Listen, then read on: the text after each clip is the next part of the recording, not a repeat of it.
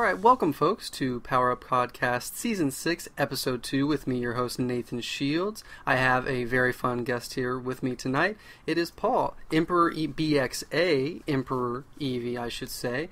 Paul, please say hi and introduce yourself. Hello there, my name's, as you just said, Paul Mitchell, BxA, Emperor Eevee. Glad to be on the show. Thank you, Nate, for having me. Of course. So, we've got this new segment thing that I've been doing. It's been working out very well, I think. So, Paul, we're going to be starting the news segment.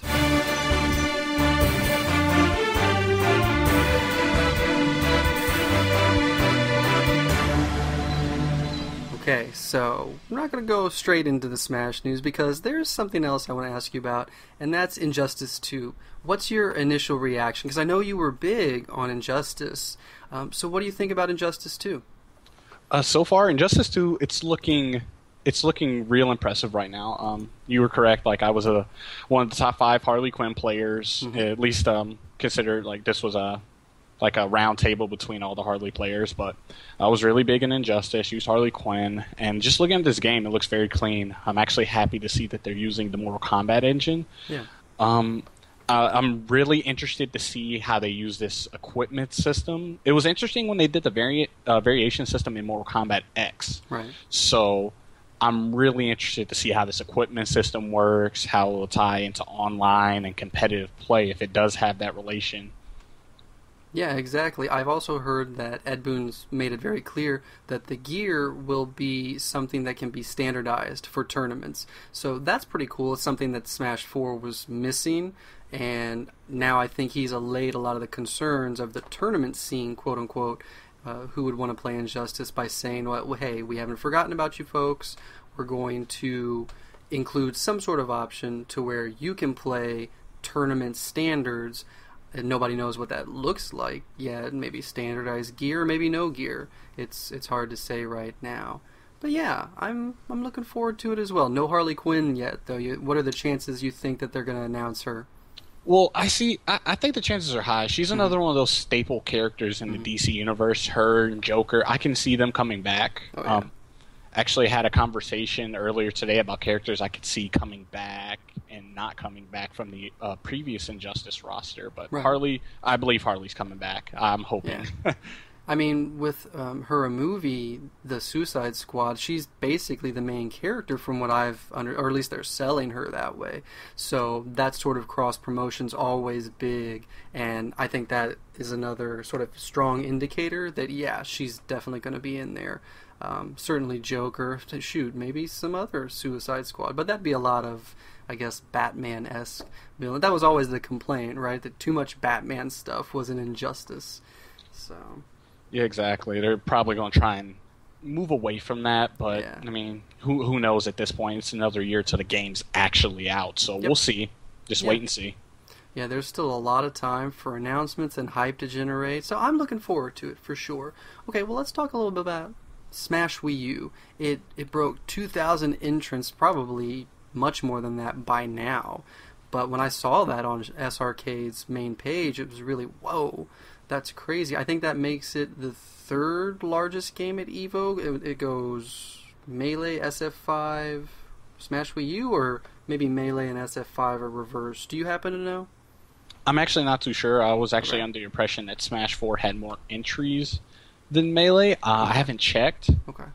Well, but maybe it does. Yeah. Well, what do you think about that? Now, you're primarily a Smash 4 player, correct?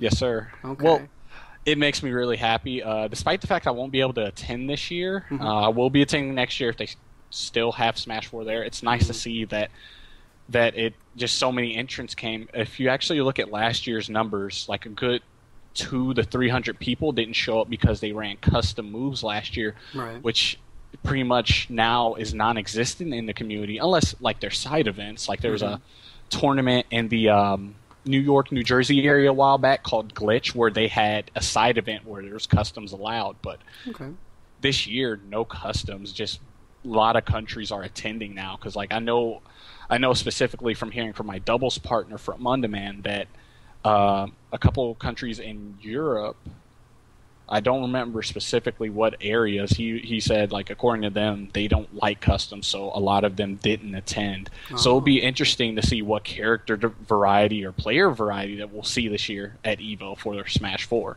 Cool. Well, that's very exciting. I've been doing some research into the game. It's really cool, and I look forward to playing more of it. You're saying that if it's there at EVO next year, I definitely think that it will be. I think the future of Smash Wii U is bright, and it's probably got at least another 3 years left. I don't know if it's going to be as long-lasting as Melee, but what do you think of the future of Smash 4 Wii U? The future of Smash 4, in my opinion, I think, in my opinion, it's everything's going well right now. I mean, I believe it's Namco Bandai who's still doing the patching for the game. So depending on how often they patch the game, I mean, you do have your, like in every fighting game, you do have your top, bottom, all the tiers of characters, and while a lot of people, they'll view like Cloud as a sort of OP character. I mean, it just depends how often Namco Bandai will be doing the patching. Are they going to nerf Cloud? Are they going to bring up lower tier characters like Jigglypuff, Ganon, Duck Hunt? Are they going to? It's pretty much in their hands and in our community's hands, because while Cloud is a quote unquote OP character, he's not necessarily winning everything right now. So we'll see as the time comes. Like, in my opinion, it's kind of like the attitude I had towards EVO last year about customs. Okay, yes, customs are legal at EVO. After EVO, that's when like everything comes together. Like we look at what happened at EVO, and the next decisions are made, and so on and so forth, on either rule sets or this, that, and the other. Because like there's still like the only true debate that's still up for grabs in the Smash community is like two stock or 3 stock. And, right. Who knows? Maybe after this, like if this runs smoothly, like it's 2 stock at EVO. If it runs smoothly, who knows? Or if it doesn't run smoothly, we'll like maybe we can give 3 stock a try here and there, because I know there's certain states that still do. Yeah, absolutely. So I also noticed that on Sunday Finals, that's a big deal at EVO this year. They're really making it into something special, I think. But no Melee. Smash 4 is on Sunday Finals. So what do you think of that? Is the Melee community going to take that snub lying down? Or do you think they even think of it as a snub? I actually did not know Melee wasn't going to be on Sunday. I don't believe so. I saw Mr. Wizard's post like a week or so ago. I don't remember what day, but I saw that like it had Sunday. It was like MKX was the earliest, and I seen Melee on there. I was like, oh, that's pretty. In my opinion, it's a downer. I mean, I'm not knocking Melee. Melee is a great game. It's very technical, and I'm not knocking the game at all. But I just feel that Smash 4 being a newer game, and I know I'm pretty sure it had more entrants than Melee. Smash 4 had more interest in Melee, so I kind of felt that it deserved that spot on top of being the newer game and have the fresher scene and community. And Melee, I don't know how Melee will react, to be honest. I mean, there is the stigma that Melee and Smash 4 players kind of butt heads, but not all the time. Like, I even know a heavy, like, there's a person who runs the Smash 4 weeklies here in Dayton, and he's a very heavy into Melee player, and he's all for Melee, but like that button heads thing, it's not really, it's pretty much online, like, and it's just all up in the air. It's not, there's no real hate.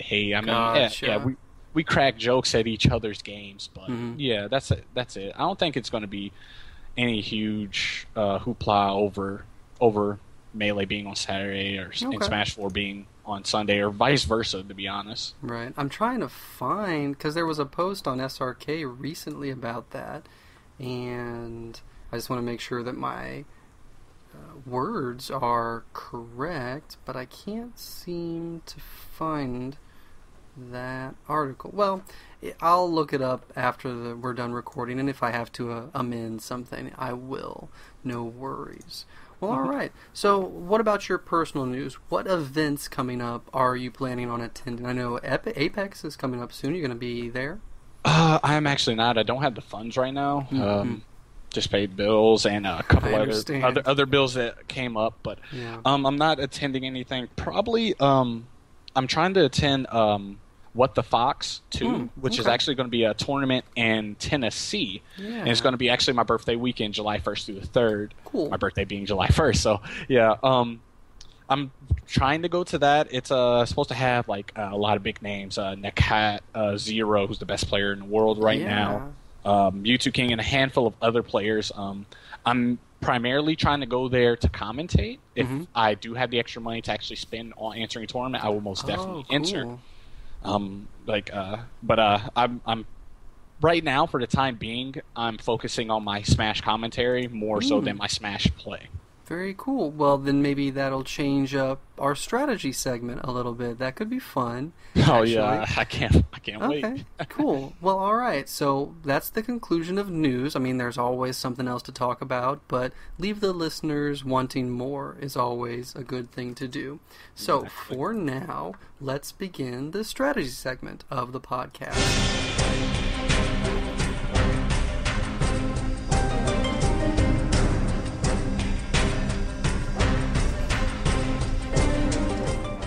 Alright, Paul, so when it comes to Smash 4, and like you said, you are focusing more on commentary, which is actually good because a lot of the questions that I have here for strategy really could come from a spectator's point of view, which your job as a commentator is to sort of not just do play-by-play, but explain succinctly why certain things are important that people are seeing on the screen, what could be happening, what could have happened but maybe did not, and so on and so forth.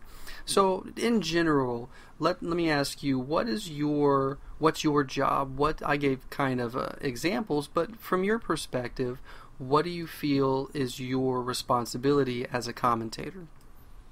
Pretty much, besides the obvious, give the play-by-play, giving information on certain things that viewers may not know, just either matchup knowledge, frame data knowledge, or just at the same time being inside that player's head and understanding what they're trying to do and convey that message to the viewers, and so on and so forth. That's pretty much what I try and do with my commentary. I point out things that could have been done or options that are there that they could have taken, but that's pretty much my commentary style there. Cool. So I'm watching Smash 4, What the Fox, replays, and I'm thinking to myself, I want to see some high-level play. That's what I'm expecting, good commentary. As a viewer, what should I be looking out for? What are some of the higher-level skills needed to play Smash 4 competitively that you would be pointing out as a commentator? Well, obviously being on top of your punishes, that's a thing in a lot of fighting games, but it's not as black and white as it is in Smash, because just there's so much to understand. You have to understand shield pressure, shield stun, what's the exact move you're trying to punish, what move to punish it, and that's one of the main things I look for when I'm watching and or if I'm commentating. Another thing that that distinguishes players is movement. Now, when you look at Smash 4, it's not a 2D traditional fighter where you can only move back, forth, jump forward, jump up, and jump back. You have numerous different movement options, whether it be walk, run, using attack, rolls, spot dodges, characters who have multiple jumps, this, that, and the other. Movement is very important in Smash, and it's very important in Neutral because it really determines it can determine the pace of the game, and your spacing is very, very important as well, which ties into movement. There's numerous other things such as ledge trumping. There's been new things found with new control schemes. There's a lot to take in with Smash, but in my opinion, even though it has a lot of tech to take in, it is a much easier fighting game to get into. Gotcha. Very cool. So as an up-and-coming commentator, how do you train? And that may sound silly, but maybe you have. How do you train yourself to become a good commentator? Well, I get about 2-3 cups of water, sit in front of my computer. Well, I have my computer hooked up to my TV, which is much bigger. Yeah. And I actually listen to other commentators, commentators such as EE or TK Breezy or D1. I listen to them. Okay. On top of that, I have to stay on top of matchups, Smash Tech players, like especially since I'm traveling to Tennessee. I have to understand what players are going. Are there Tennessee locals who are going? Let me know about them. Right. I used to have a problem when I was younger. I used to stutter a lot. I get past that by just practicing talking and actually thinking about what I'm saying and taking my time, deep breaths, and just take everything one step at a time. And along with this, I have just 2 more things to list, so it won't be that long of a list. TK Breezy actually started a Discord server where he added all of the commentators. Oh. So he was like, okay, I want to make sure all these huge events, whether it be Midwest Mayhem or just insert large event, major, regional here, I want to make sure we have top of the line commentators for these events. It looks good on you, and it looks good on Smash as a whole. Wow. So he actually added me to that. He actually heard my commentary one time. I actually sent it to him via stream, and he actually heard it from a Midwest Mayhem tournament that I attended. And the last option is my last thing on my list that I normally do is I actually stream on Twitch. So I ask my viewers, hey, if you have a video of you playing For Glory or a tournament set, send it to me. No, just message me, send it in the Twitch chat, or send it to me personally through Twitch or Twitter. I can do one of 2 things. I can commentate it and send you the video back, or I can critique the video, because when you're a commentator, you see a lot of things that sometimes the players who are in mid-match don't see. So you can point out a lot of flaws or a lot of things they picked up on and this, that, and the other. Yeah, well, that's really awesome, actually. Nice. Well, okay. There were a couple other things that I wanted to ask you that are not exactly commentary-based, but I think you were talking about matchups. So a lot of people will look as they're watching a game and say, what tier perhaps is this character? And part of my kind of re-educating myself about Smash 4 was looking up current tier lists and things like that. And I stumbled across one by Zero, who you mentioned, arguably the best Smash 4 player in the world, and he released a 1.1.6 tier list, and this is released June 3rd, so pretty recently. Anyways, he's got the characters in the following order. He's got top 11 in this tier list, and we'll go from bottom up. And I just kind of want to get your opinion on it. So we've got at 11 Mario, 10 Corrin, 9 Mewtwo, 8 Fox, 7 Diddy Kong, 6 Sheik, 5 Zero Suit Samus, 4 Rosalina, 3 Sonic, 2 Cloud, and number 1, the World Warrior himself, Ryu. So you might have even seen this video. I'm not sure. But what do you think of that tier list? When people are watching, will you find yourself saying, this character is pretty high and, well regarded in the community? Well, a lot of tier lists come out from a lot of different players. As you said, Zero's just came out recently, and he always, at the beginning of every one of his videos where he's talking about how he feels about a character, it's pretty much all his opinion. And there's certain spots in his tier list that I do agree with. There's certain spots I disagree with.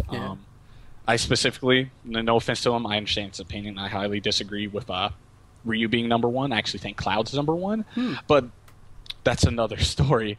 As I just said, I pay attention to what the top players post about when it comes to tier lists. I've known Ally to do the same, who's one of the best Mario players, because the perspective for tier lists in Smash comes from everyone has a different tier list. Sure. When I've looked at other communities, like, it's pretty much not necessarily set in stone, but when you see a character, they're always in a spot. Like, normally top 5, sometimes top 7 to top 10. They already know who's the best up there. Bottom 5, they already know who's the best right there. When you get in the middle, that's when it gets confusing. But I do see myself referencing this character's pretty high on the tier list, or This character has, like, I hint that it's a very good character because they, quote unquote, I'll say, like, they have the tools to deal with what this character they're fighting can bring to the table, and kind of just throwing little hints there that I feel like this is where they stand here or there. Like my main, I upplay him, but I understand what other people feel about him. Who is your main? I main Kirby. I have about 2 to 3 secondaries just for his about 3 to 4 possible 7-3 matchups. But like I use other top tier characters like Diddy Kong, who's another character who has since moved up on the tiers since other characters got nerfed and his meta continues to get developed.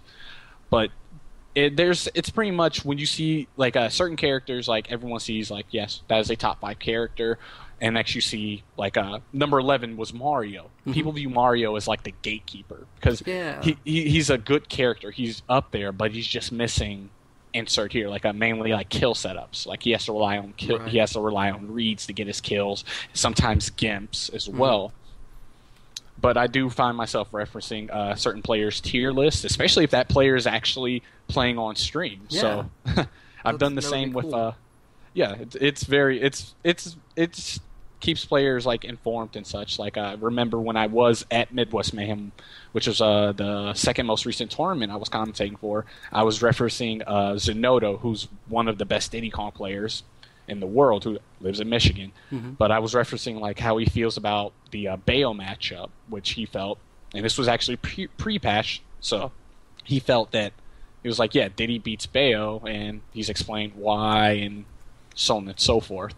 Gotcha. Well, I was just looking this up, and just to kind of insert here, it is still Melee that is on Sunday Finals. So I was wrong, but the question still kind of stands, and you still answered it, that even though Smash 4 has big numbers, it doesn't really matter that they're not on Sunday Finals. That the community's feud is mostly an online posturing sort of thing, and they just maybe not on Sunday Finals this year, maybe next year. Who knows?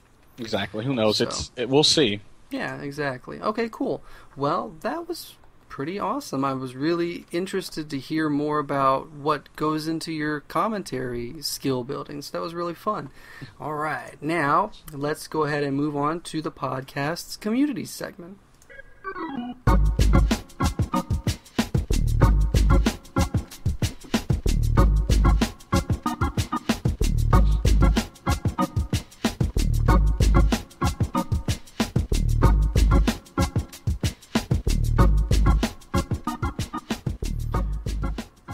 Okay, so this is a question I also asked episode 1 guest Nick Williams, and that is Smash Brothers and the quote-unquote FGC. Are the divides breaking down between these two seemingly very different scenes? What do you think?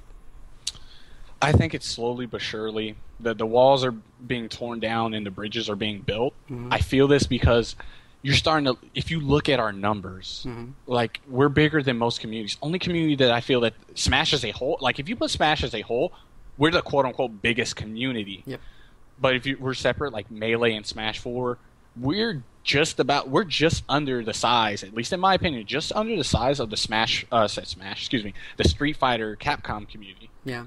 And that's another thing, we're starting to get recognized because you're seeing all these numbers and just all this, like we're growing a lot. We're going further into esports. We're going in numbers as a community. You're starting to see us pop up at numerous FGC majors / regionals such as CEO, Summer Jam, ECT, NEC, so on and so forth. And you're just seeing the numbers just like outweigh. You just see the numbers increasing as each year, as each event goes by.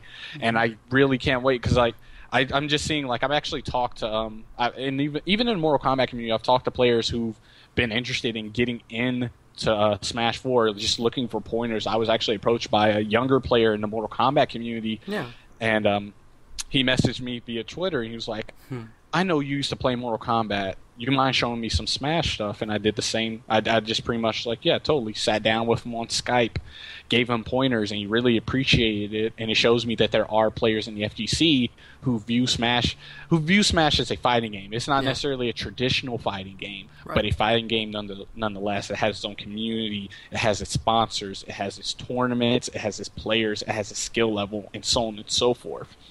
But I'm really happy to see that it's at FGC Majors now. Mm-hmm. So at the same time, I get to see all my buddies from the Mortal Kombat and Injustice community, and it's always nice to see them.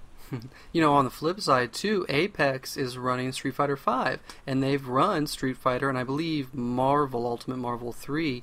They've begun running at least those very high entry sorts of traditional fighting games. And even the term traditional fighting game is really sort of breaking down, at least in my opinion. Mm-hmm. Street Fighter, when people say traditional fighting game, I think what they really mean to say is Street Fighter.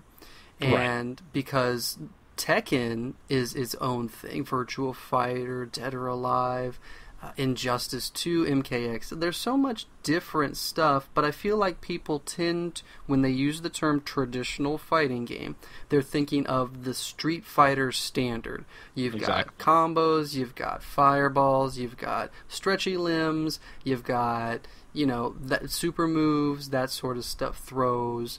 And so even to me, traditional fighting game is a term that, I don't know, I'll probably just stop using. They're just fighting games to me nowadays. And purists, again, it really just depends on what game they play. I feel like most people who are quote unquote purists probably come from a Street Fighter 2 background, and so a pure fighting game to them is Street Fighter, whereas a pure fighting game to somebody who's grown up with Smash might be Smash or Tekken or whatever, So yeah, I think divides are definitely breaking down, and I'm happy to see it too.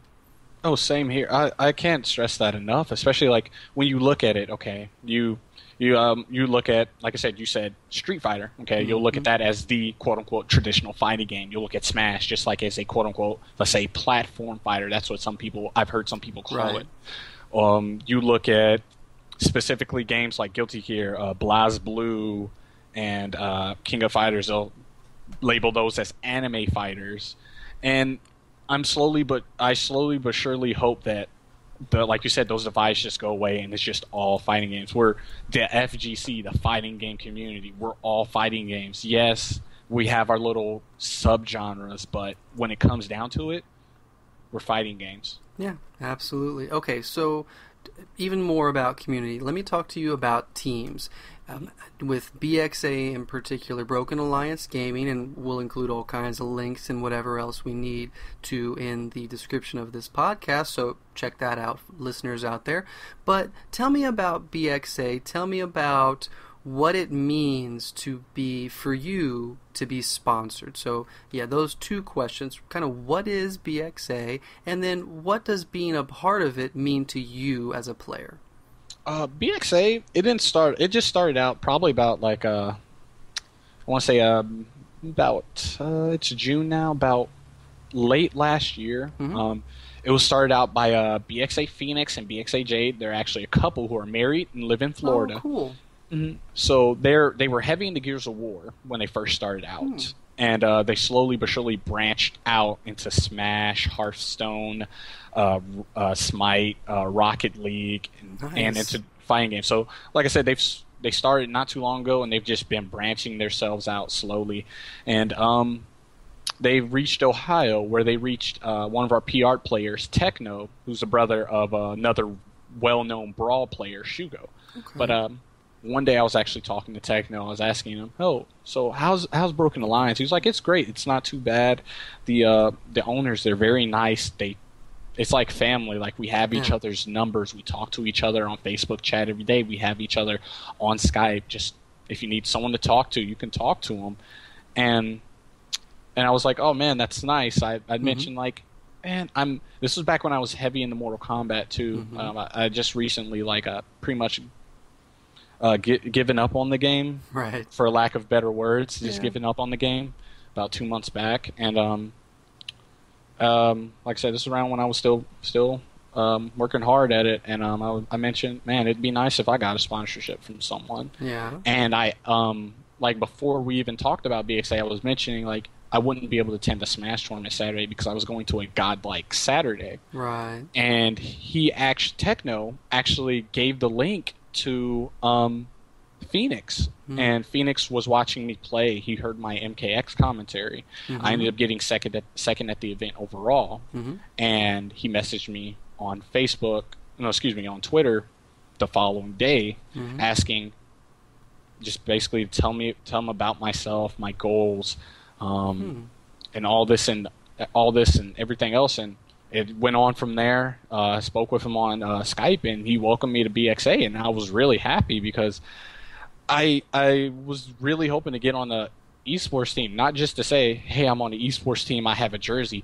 but to represent something. It just feels good to represent something and to have that pride in what you do. I take pride in my play and in my commentary, and I know BxA has my back for whatever I do, especially if I'm repping them. I'm going to make sure that I look good because it looks good on them. Very cool. I definitely look forward to seeing more about the growth of BxA, and for all the listeners out there, I highly recommend you check out their site. It's actually really nice, and it's got a nice breakdown of all the different team members that they have for different games. I liked browsing the site, so that's pretty cool.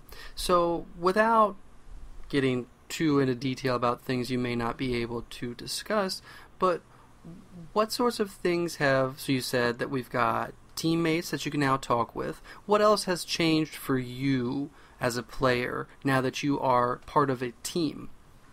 Going to tournaments, I do have tournament nerves at times. A lot of us do. A lot of players have tournament nerves when you're sitting in tournament, and it really helps me when, like, I remember before I even joined the team, when I would go to an out-of-state tournament, let's say I'm up a game. I'm like 1-0 against apparently a decent player, and next they have friends or teammates or clanmates even come up to them, like, support them, give them the information they need, pat them on the back, say you got this.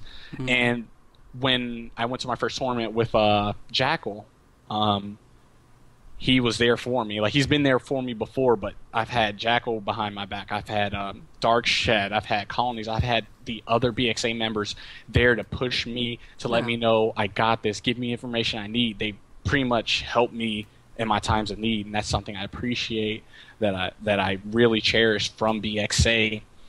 And I'm getting used to just mentioning BxA, and every time I talk about, like, every time I'm talking when I'm on stream at a tournament, it's just like, in a way, they're always on my mind just because of how much they've done for me already. It seems like just very little because I've only listed 2 or 3 things. But if you look at the whole picture, or you at least look at it from my perspective, it's very, very big in my eyes. That's awesome, man. I'd love to have either BxA Phoenix, or who's the other person? Jade. Or BxA Jade. I'd love to talk to them on the podcast sometime and getting sort of the meat and potatoes of what running a team is like. I did a podcast long ago with Shelton Duthard. Hopefully I got his name right. And he still runs the TFA team up in Michigan. So talking with people who run relatively new, or teams that, how can I say this nicely, teams that don't have a lot of exposure. That's probably a good way to say it. Teams that don't have a lot of exposure, don't have a lot in the terms of sponsorship yet. I really want to talk to those leaders and see what it is, what's their game plan, what's their mind. I just find it fascinating, and not in sort of like macabre, oh, you're so small way, but because that's the stuff that I'm interested in, the people who are trying to build something from nothing, and that's just always a great story in my mind. So I'd love to talk to them sometimes. Please pass that along for sure. Most definitely. It's too easy. Yeah. All right, so that was an excellent community segment. Well, now we get to do the game segment. So I'm not going to explain it yet. Let's start the music. Alrighty.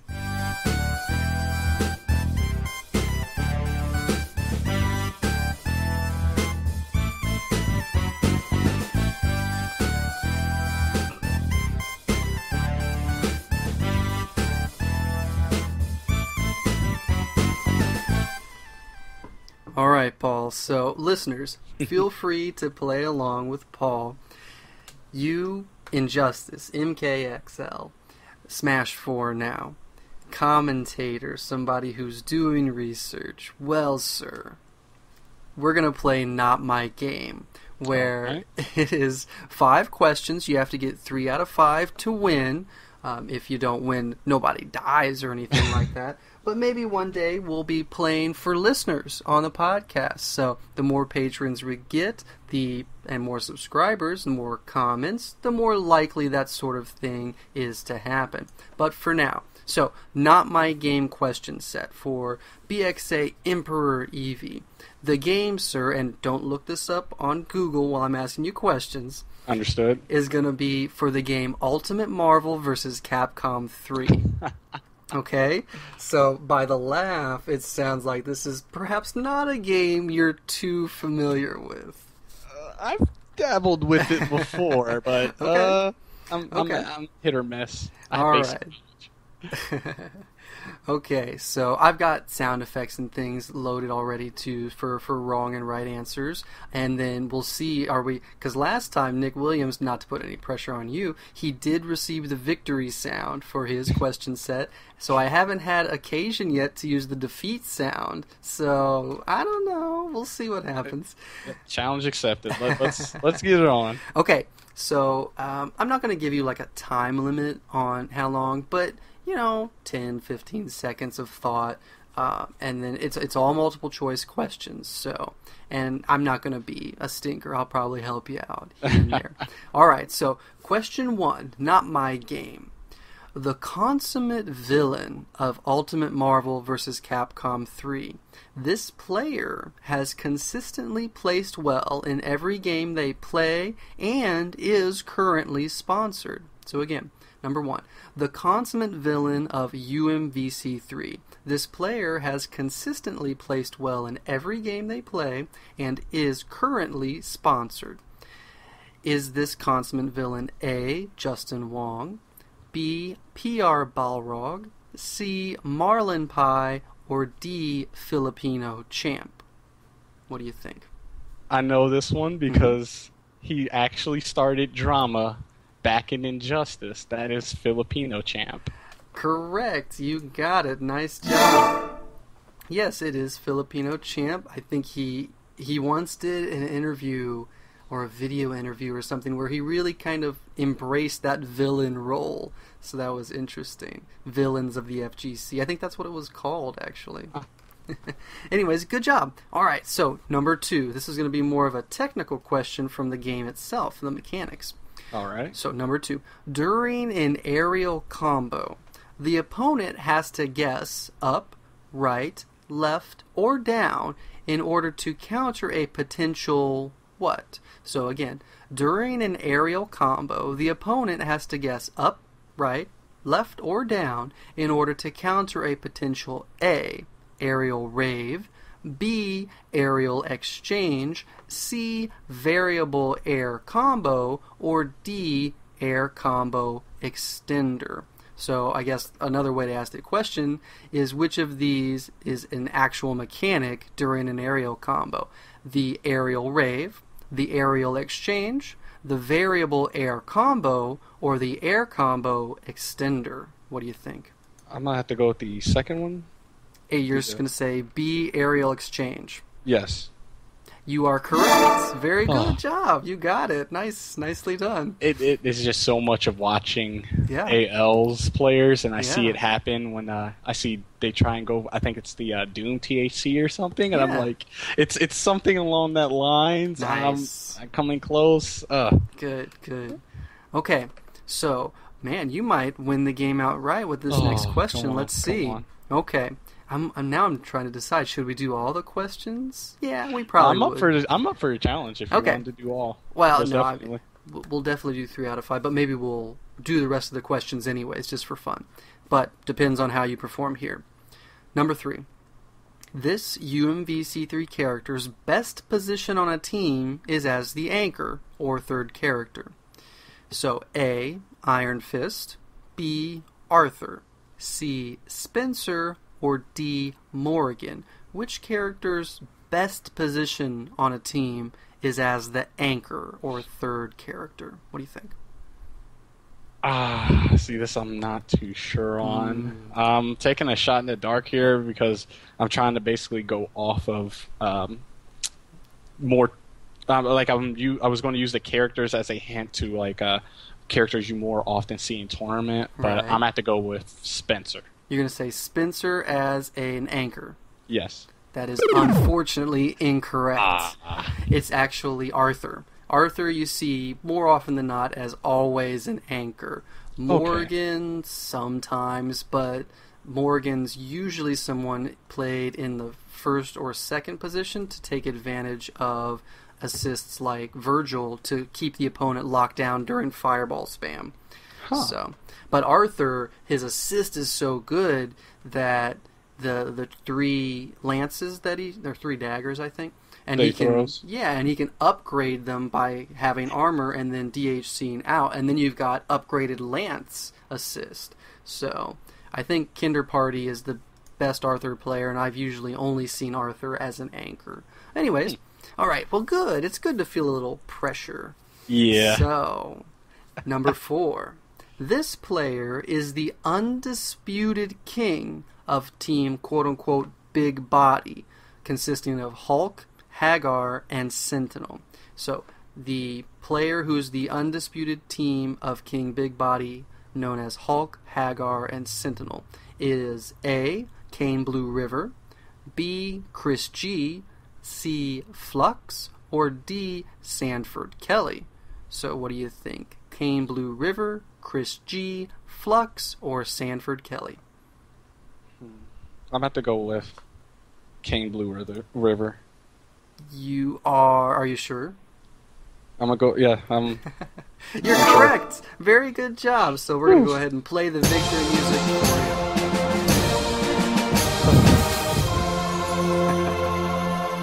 Good job, Paul. That's awesome, man.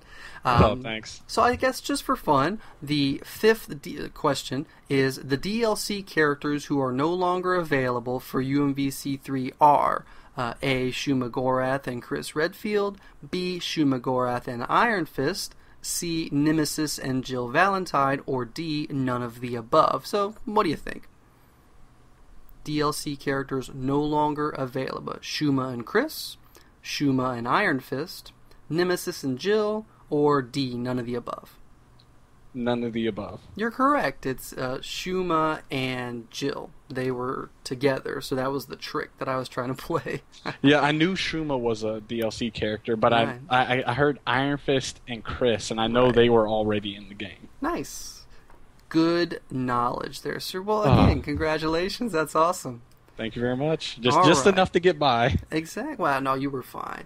Okay, so we've got one more segment. This is the listener challenge segment. For people who are interested, please go back and listen to Season 6, Episode 1. There is another listener challenge. In order to be entered to win some FGC swag, and you can do this as well, Paul, just don't answer the question during the podcast. Fair enough. But what viewers, listeners need to go do, listen to Season 6, Episode 1, find the listener challenge segment, answer that question in your head, and then answer this Season 6, Episode 2 question. Send all answers in to me at powerupfighters@gmail.com. As long as you've got the answers correct, you will be entered to win, and that raffle will happen around the end of June, because we'll be doing 2 podcasts per month, and then the listener challenge reveal later in the month. So, the last listener challenge was sort of a limerick or a poem where you filled in the rhyme and then you gave fighting game characters who embodied or used or were in with that rhyme. They were somehow related to the missing word. So that's for Season 6, Episode 1. For Episode 2's listener challenge, it is a riddle. All you have to do in order to get it right is tell me what game am I talking about. And it's a fighting game for sure, I'll give you that much. But it's a fighting, it could be from any time in video game history. and you'll have to, as the listener, the astute listeners I know you are, you will have to figure that out. Feel free to use all the resources at your disposal. So, folks, here is your riddle for Season 6, Episode 2, the second of 2 parts to this month's listener challenge. The riddle starts as follows. I am not 8, 16, 64, or 128. I am both popular and unpopular. My father built himself a ranch, but he is not a rancher. What fighting game am I? So again, listen carefully, folks. I am not 8, 16, 64, or 128. I am both popular and unpopular. My father built himself a ranch, but he is not a rancher. What fighting game am I? So, if someone happens to send in an answer that's technically correct, but not the game I was looking for, that's fine, but there is a very specific game that I'm hinting at with this riddle. So, Paul, without giving it away, do you think you have an idea what the game is? I am cold.